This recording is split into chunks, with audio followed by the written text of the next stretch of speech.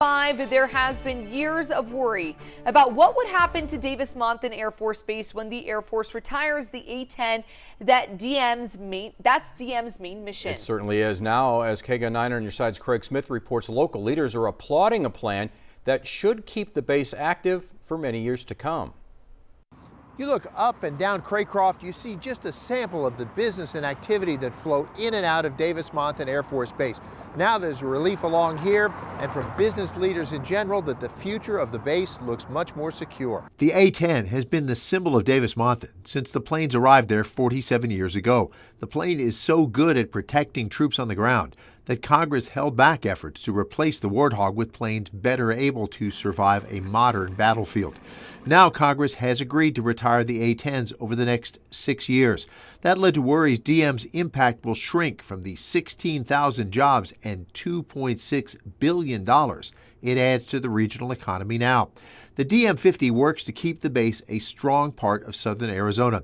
DM-50 President Linda Morales says the Air Force is sharing a proposal to keep DM as busy as it is now, maybe even busier.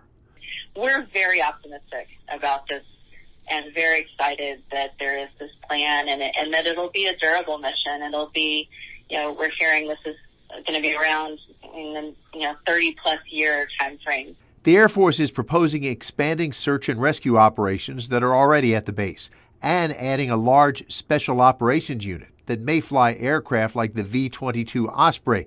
The Osprey can take off like a helicopter, then tilt rotors forward to fly with the speed of a fixed wing. Air Force Special Operations also uses planes like the AC-130 gunship.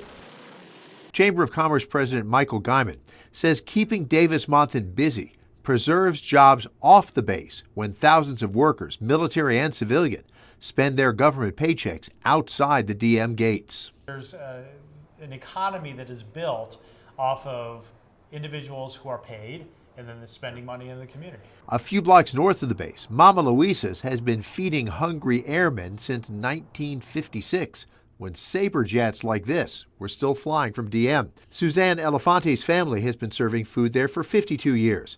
She is a member of the DM-50, and she's relieved to know there's a plan that should keep Davis-Monthan healthy, strong, and a good neighbor. You see them in their fatigues, but you don't see them without their fatigues because you don't know who they are, but they do a lot in our community. They coach our baseball and soccer teams. They bring their families in to dine.